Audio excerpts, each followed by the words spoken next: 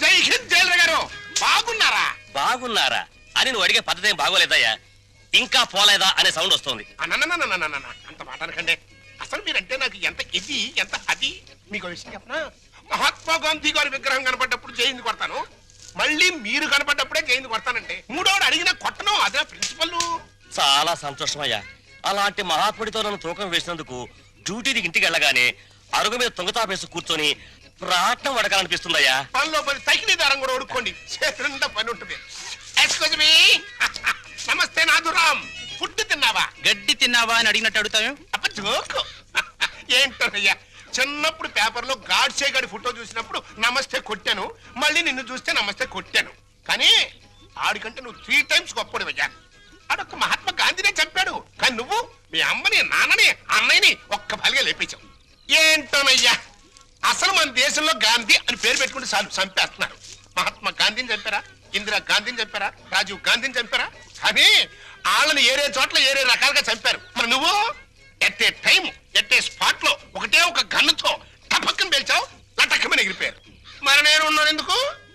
Own వైఫ్ను murder చేసి పసిపిల్లలాగా దొరికిపోయాను. కానీ ఇందులో ఒక అన్యాయం ఉందయా.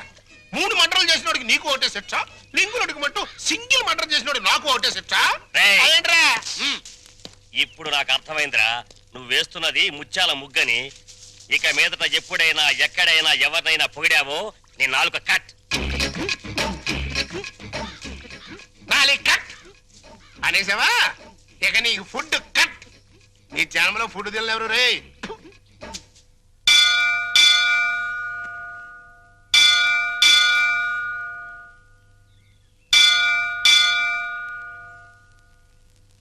సరిగ్గా ఈ టైంకే రంగా వాళ్ళ అమ్మగారు గుడికి వస్తారని చెప్పానుగా, వచ్చేస్తున్నారు. నువ్వు ఇంక లంకించుకో. వటపత్రశాయికి వరహాలలాలి రాజీవ నేత్రునికి రతనాలలాలి మురిపాల కృష్ణునికి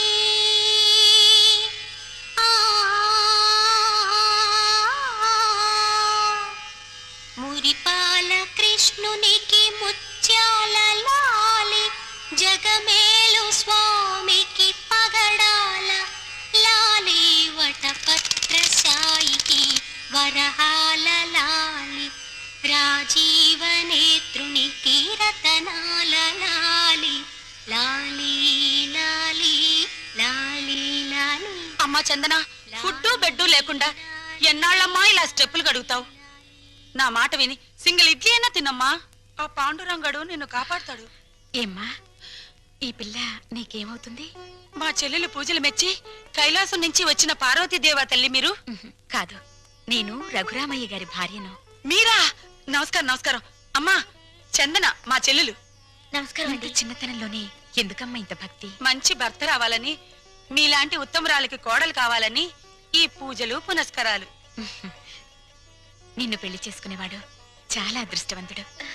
నమస్కారం నమస్కారం. వస్తానమ్మాయి.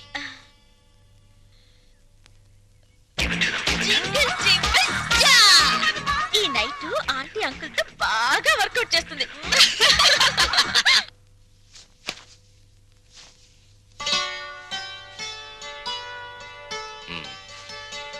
మనం పెళ్ళైనప్పటి నుంచి చూస్తున్నాను, తెల్ల దుప్పటి పక్క ఎంత ఓపిగ్గా వేస్తున్నావు లక్ష్మి.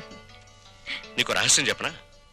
తెల్లటి రంగుకి మనిషి జీవితానికి చాలా దగ్గర సంబంధం ఉంది. ఎలాగో చెప్పమంటావా? పుట్టిన బిడ్డని తెల్లటి గుడ్డ పూతిళ్లలో నిద్రపుచ్చుతారు. పెళ్లిపేటల మీద పెళ్లి కూతురు తెల్ల చీరే కట్టుకుంటుంది. ఎంతటి మహారాజైనా కన్ను మూసాక తెల్లటి గుడ్డే కప్పి సాగనంపుతారు. అబ్బా, ఏమిటండి ఆ మాటలు? అన్నట్లు ఈరోజు గుడికి వెళ్ళానా, అక్కడ ఓ చక్కటి పిల్లని చూశాను. అందానికి అందం, అందాన్ని మించిన మంచితనం, మంచితనాన్ని మించిన భక్తి. మీ ఆడవాళ్ళకి జడ ఎంత పొడుగు, నాలిక అంత పొడుగు. ఏమిటి విషయం? అక్కడ చూసిన పిల్లని మన రంగడికి చేసుకుంటే. రంగడికా?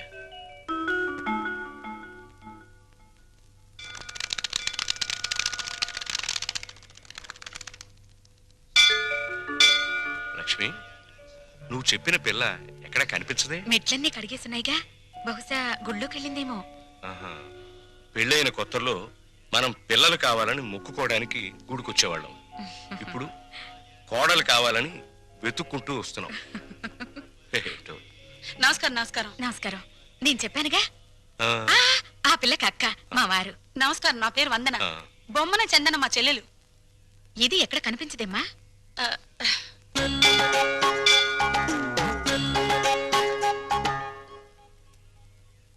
నూటొక్క దంపతుల పాదాలు కడిగితే ప్రేమించిన వాడితో త్వరగా పెళ్ళవుతుందని ఒక స్వాములు వారు చెప్పారు. చాలా మంచి అమ్మాయి అండి. ఆ అమ్మాయి కోసం మనం కూడా లైన్లో నిలబడదాం.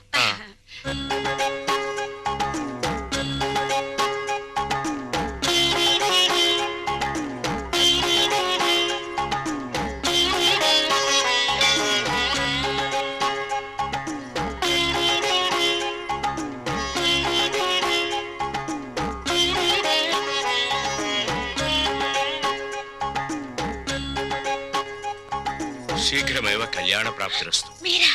నమస్కారం అండి. ఈ ఉంగరం నేను ప్రేమించిన అతను తొడిగిన ఉంగరం. అతని పేరేమిటమ్మా? పెద్దవాళ్ళ అనుమతి లేకుండా పేరు బయట పెడితే ఆయన నల్లరి పెట్టినట్టు అవుతుందేమోనండి. జింగిల్ జింగిల్ జా. జింగిల్ జింగిల్ జానా? అదేం భాషమ్మాయి? అది ఆయనకి నాకు ఉన్న ప్రేమ సంకేతం. లవ్ కోడట. ఏమిట్రా నువ్వే పెట్టుకుని తింటున్నా? ఆకలేసిందమ్మా. మీరు చెప్పండి. నా వల్ల కాదు, మీరు చెప్పండి. ఏంటా సైకిలు?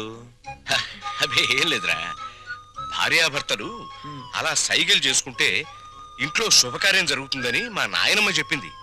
పాయింట్కి రండి నాన్న. నిన్న గుళ్ళో ఏంటమ్మా, దేవుణ్ణి పోలీసులు అరెస్ట్ చేశారా? అంత నవ్వే జోక్ కాదు, పాయింట్కి రా నాన్న. అక్కడ ఓ అమ్మాయిని చూసాం. ఎంత బాగుంటుందో. అలాగా? ఆ, పూజలు వ్రతాలు తప్ప ఆ పిల్లకు ఏమీ తెలియరా? ఇంకే భద్రాచలం సన్యాసుల మఠంలో చేరమనండి.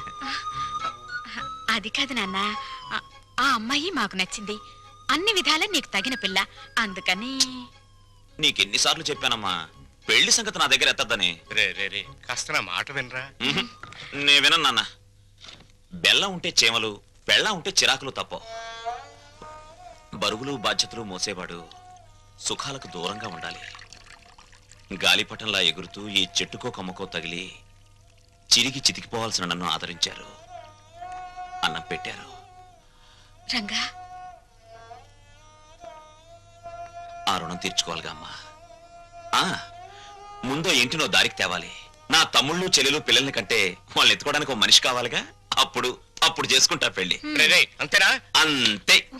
ఉంగరం ఉంగరం.